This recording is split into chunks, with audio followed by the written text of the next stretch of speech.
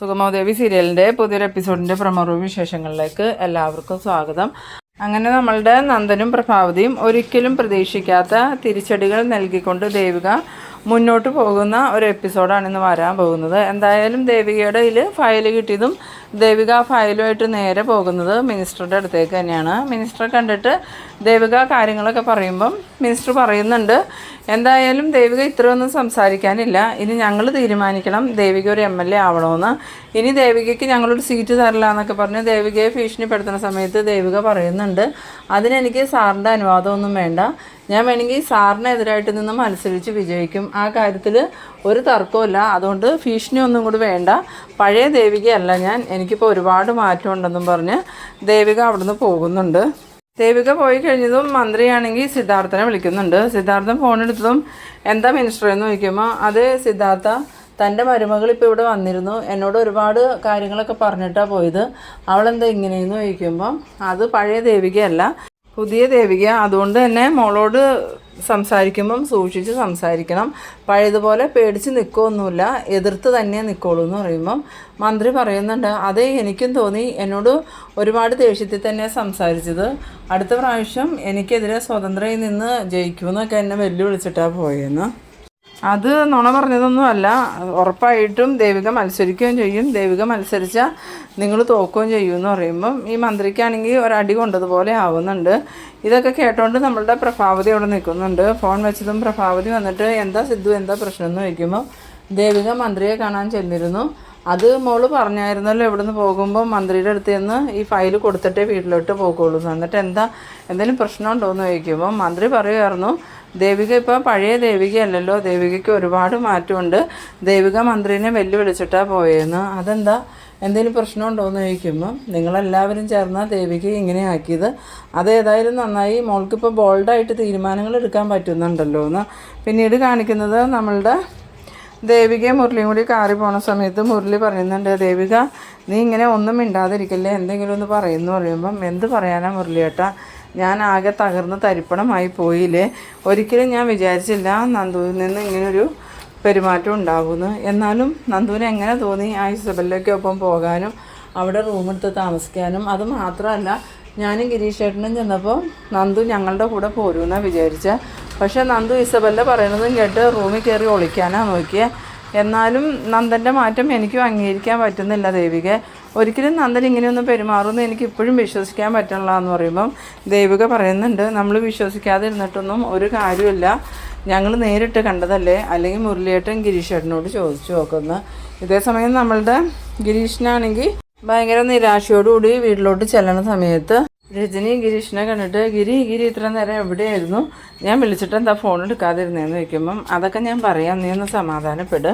അതിനുശേഷം ഗിരീഷിനാണെങ്കിൽ ഈ ദേവിക വിളിച്ചു പറഞ്ഞതും ദേവികയുടെ കൂടെ പോയതും അവിടെ ചെന്നപ്പോൾ നന്ദനെയും ഇസബലിനെയും കൈയോടുകൂടി പിടികൂടിയതും പിന്നെ നന്ദനെയും കൊണ്ട് ദേവിക വീട്ടിലേക്ക് പോയതായിട്ടുള്ള എല്ലാ കാര്യങ്ങളും രജനിയോട് പറയുന്നുണ്ട്. അത് കേട്ടതും രജനി പറയുന്നുണ്ട്, എന്തൊക്കെയാണ് ഗിരി നീ പറയണേ, അതൊന്നും ഒരിക്കലും സംഭവിക്കില്ല, നന്ദൻ അങ്ങനെയൊന്നും ചെയ്യില്ല എന്ന് പറയുമ്പം രജനി എന്താ ആളെ കളിയാക്കുവാണോ, ഞാനും ദേവികയും നേരിട്ട് ചെന്ന് കണ്ടതുമാണ്, അതോടൊപ്പം തന്നെ ആ ഇസബല്ലയുടെ അടുത്തുനിന്ന് നന്ദനെ ബലമായിട്ടാണ് ഞങ്ങൾ പിടിച്ചുകൊണ്ട് വന്നത്, നന്ദൻ ഞങ്ങളുടെ കൂടെ വരാൻ തയ്യാറല്ലായിരുന്നു എന്ന്. അന്നേരം രജനിക്കാണെങ്കിൽ അതൊന്നും വിശ്വസിക്കാനേ പറ്റണില്ല. എന്നിട്ട് രജനി വേഗം തന്നെ ഞാൻ അമ്മയ്ക്കൊന്ന് വിളിച്ച് നോക്കട്ടെ എന്ന് പറഞ്ഞ് ഫോണെടുത്ത് പ്രഭാവതിക്ക് വിളിക്കുന്നുണ്ട്. ഈ സമയത്ത് പ്രഭാവതി ആണെങ്കിൽ ഇങ്ങനെ ആകെ സങ്കടപ്പെട്ടിരിക്കുമ്പോഴാണ് രജനിയുടെ കോള് വരുന്നത്.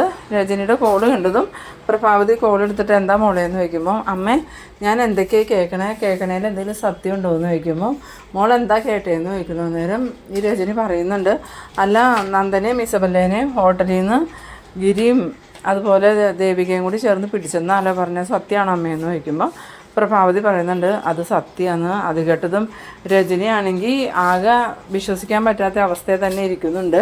പിന്നീട് കാണിക്കുന്നത് നമ്മളുടെ ദേവികയാണെങ്കിൽ വീട്ടിലോട്ട് ചെല്ലേണ്ട സമയത്ത് ദേവിക ചെന്നിറങ്ങിയതും മുരളി പറയുന്നുണ്ട്, എന്നാൽ ഞാൻ പോയിക്കോട്ടെ ദേവിക എന്ന് പറയുമ്പോൾ മുരളിയേട്ടൻ പോയിക്കോ, എന്തെങ്കിലും ആവശ്യമുണ്ടെങ്കിൽ ഞാൻ വിളിക്കുമ്പോൾ വന്നേക്കണം എന്ന് പറയുമ്പോൾ മുരളി പറയുന്നുണ്ട്, എന്താവശ്യം ഉണ്ടെങ്കിലും ദേവികയ്ക്ക് എന്നെ വിളിക്കാമല്ലോ, വിളിക്കുമ്പോൾ അപ്പം തന്നെ ഞാൻ വന്നോളാം, അതൊന്നും ഓർത്ത് ദേവിക ടെൻഷനാവണ്ടെന്നും പറഞ്ഞ് മുരളി പോകുന്നുണ്ട്.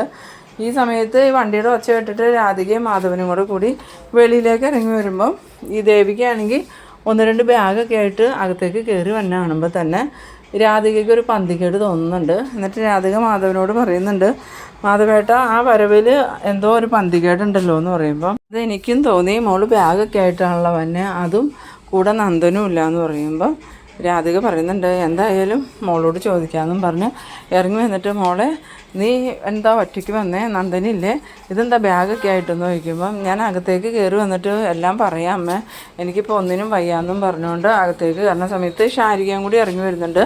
എന്നിട്ട് ചേച്ചി ഇത്ര പെട്ടെന്ന് ഇങ്ങോട്ട് വരുമെന്നൊന്നും ഞാൻ വിചാരിച്ചില്ല, എന്തായാലും ചേച്ചി പോകുന്നത് നന്നായി എന്ന് പറയുമ്പോൾ രാധികയ്ക്കും മാധവനും ആണെങ്കിൽ ഒന്നും മനസ്സിലാവണില്ല. രാധിക ചോദിക്കുന്നുണ്ട്, നീ എന്തൊക്കെയാണ് ശാരി പറയണത്, മോള് പോകുന്നത് നന്നായിന്നോ, ഇനി എന്താ അങ്ങോട്ട് പോകണ്ടേ, അതെന്താ മോൾ അവിടെ നിന്ന് പോകുന്നതാണോ എന്നൊക്കെ ചോദിക്കുമ്പം അമ്മയെ ഒന്ന് സമാധാനപ്പെട്, ഞാൻ അകത്ത് വന്നിട്ട് എല്ലാം അമ്മയോടും അച്ഛനോടും വിശദമായിട്ട് പറയാമെന്നും പറഞ്ഞ് അകത്ത് കയറിയതും ശാരികയാണെങ്കിൽ ദേവികയോട് ഇവിടെ ഇരിക്കുക ചേച്ചി, ഞാൻ ചേച്ചിക്ക് കുടിക്കാൻ വെള്ളം എടുക്കാമെന്നും പറഞ്ഞ് ദേവികയ്ക്ക് വെള്ളമൊക്കെ എടുത്തുകൊണ്ടേ കൊടുക്കുന്നുണ്ട്. വെള്ളം കുടിച്ചു കഴിഞ്ഞതും ദേവിക അച്ഛനോടും അമ്മയോടും നിങ്ങളിവിടെ ഇരിക്കുക, എനിക്ക് നിങ്ങളോട് കുറച്ച് സംസാരിക്കാനുണ്ടെന്ന് പറയുന്ന നേരം രാധികയും മാധവനും ഇതെന്താ ഈ പറയണേന്ന് അറിയാൻ പാടില്ലാത്ത രീതിയിൽ ഇവിടെ ഇരിക്കുമ്പം ദേവിക പറയുന്നുണ്ട്, ഞാൻ എന്തായാലും ചന്ദ്രോത്ത ജീവിതം മതിയാക്കി അവിടെ നിന്ന് ഇറങ്ങിയെന്ന്. അത് കേട്ടതും രാധിക ചോദിക്കുന്നുണ്ട്, മോളെ നീ എന്തൊക്കെയാണ് ഈ പറയണേ, ചന്ദ്രോത്ത ജീവിതം മതിയാക്കിയെന്നോ, അപ്പം നന്ദനു എന്ന് ചോദിക്കുമ്പം അതാ അമ്മ ഞാൻ പറഞ്ഞത്, എന്തായാലും നന്ദനുമായിട്ട് എനിക്കിനി ഒത്തുപോകാൻ പറ്റില്ല, ഇതുപോലൊരു ചതീൻ്റെ കൂടെ ഇനി എനിക്ക് മുന്നോട്ട് ജീവിക്കാനും പറ്റില്ല എന്ന്. അന്നേരം